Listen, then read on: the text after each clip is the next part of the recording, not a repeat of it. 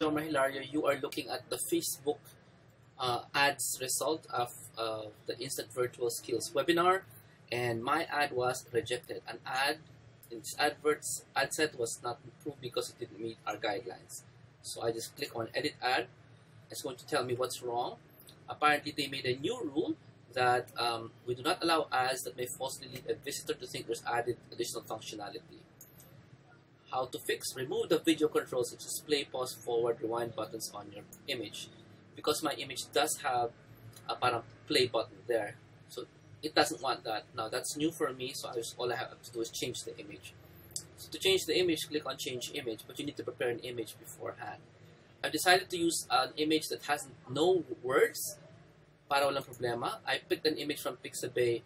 I used the word hand. How did I get there? So at Pixabay, I wanted to look for career, no? Kasi yun yung message ng ad. But, nakita ko yung career, nakita ko yung where the reach for the stars. Wala ko nagustuhan sa mga pictures ng career kasi masyadong typical lahat yan eh.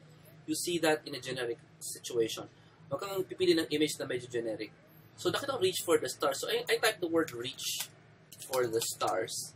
And, didn't come really much. Wala akong masyadong makita. I tried reach. Okay. Yan ang lumabas, mga kamay, reach. Kailangan image na maganda, kailangan image na nakaka-arrest, like, yan, katulad yan. It gives you an idea of, ito, passing on the baton. Parang ganon, may emotional na bibigay sa'yo. Pipili ka ng image na parang ganon ang dating. Pero hindi pwedeng pangit like this one. It doesn't appeal to the audience. The audience is not African, the audience is Filipino. So it has to be something na makaka-appeal siya. And I decided, instead of reach, I try hand. Kasi when you're reaching, you're using your hand. And this is where I got my next one. I saw this one, my seashell, and may fingers ng babae. So pwede itong gamitin. Kasi nga, it's female, and an Asian would be able to relate to this because babae siya. Okay? Saka hindi mo alam kung masyado kung anong nationality. Another image that you can use, ano bang pwede dito? Ano nakita ko dito isa ba? Ito. Yan. This one, this one, I also like this because, again, the babae is holding something small. Just like in psychology na, when you're starting, it's small. It also holds promise. A bud holds promise. So I get that image, and I'm going back to my Facebook, and I'm just gonna change the image. Instead of ganito, I'm gonna put that. So I'm gonna click on Change Image. I just have to drag the image into that box there. So this image ng hand, drag ko dyan, upload niya. Ito yung may flower. There it is, and I confirm it. And now my picture no longer has any words at all. At least itong isa na to. Na yung second meron pa. So I click on number 2 and do the same thing. No? And image library, the girl with the hand. I can also use the other image na lang. So I can take the other image and the one with the beach and put it there. So now I have two images, one with the beach and one with the flower. And again, promising a great life. Again, a female, promising a bud. Yan.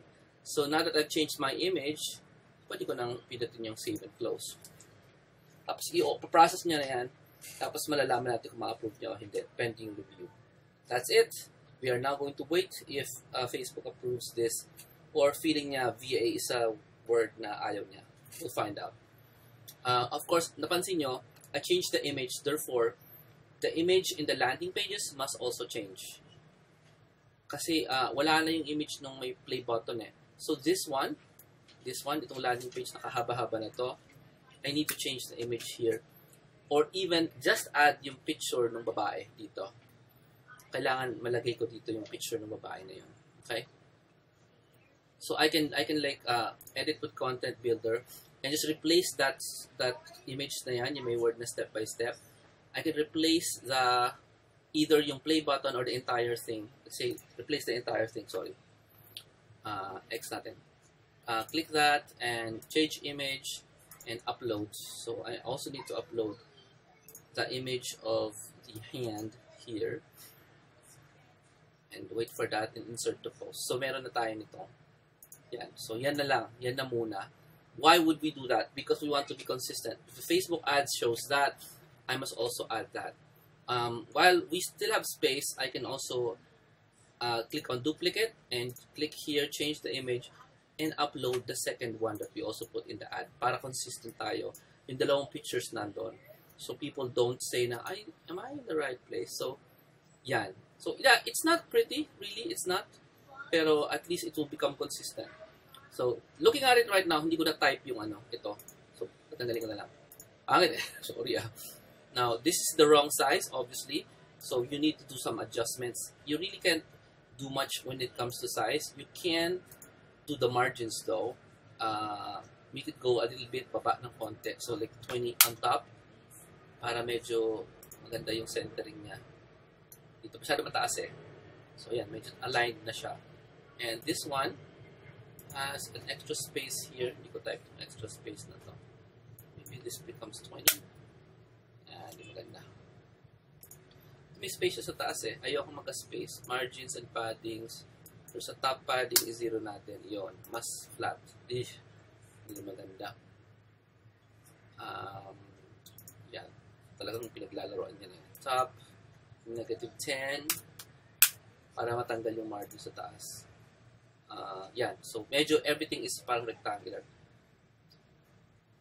Yan. This one can go a little bit lower. So, I can adjust the top margin to 10 pababa para lang mas mababa. Maybe 20. What I'm doing is I'm trying to center this one sa up and down para magandang tingnan. This one went down, right? So, this one also needs... Ito meron siyang margin sa ilalim. So, Jomar, ganun pala yun. Oo. Hindi ako happy masyado na kailangan manually mo gawin to. But, hindi pa nilagyan ng Thrive ng automated na na controls para hindi mo i-manual. So, that's it. Look at this. There's a space underneath this sentence. It's not a good looking space kasi parang kulang yung sentence ko. Maybe because there's a bottom margin there. Get rid of the margin at the bottom. 0. So, I can also make it bold. There. Save that. Now I have a semi-decent one. Mali ang position nito. I have to go... wait. Masyadong mababa yan. So, I need to go 30. So, yun. Maraming adjustments just to make sure na it doesn't look... ano yung term na parang nothing's wrong. Alam yung ganon. Kasi pag mali yung mga margins mo, some people don't see it consciously, but their brain is saying, there's something wrong with this page. Kasi hindi tama yung margins. So, if you want to prevent that, okay, nasabihin nila there's something wrong with this page by fixing the margins. So, this one, masyado mataas yung text, di ba? So, fix mo na lang yung margin sa top. Lagyan mo siya ng 10 sa taas para bumaba ng konti. Tapos yung bottom, lagyan mo ng -10 para lumit. Kasi laki nito.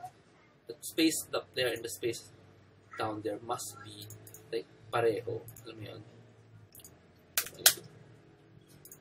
So, save. Okay? So that's a lesson for today. Thank you very much. We are going to wait for Facebook to make a judgment call. Active na siya. So, in-approve na ni Facebook ang aking ad. So, active na siya. So, it's gonna start running right now. That's it. Thank you very much.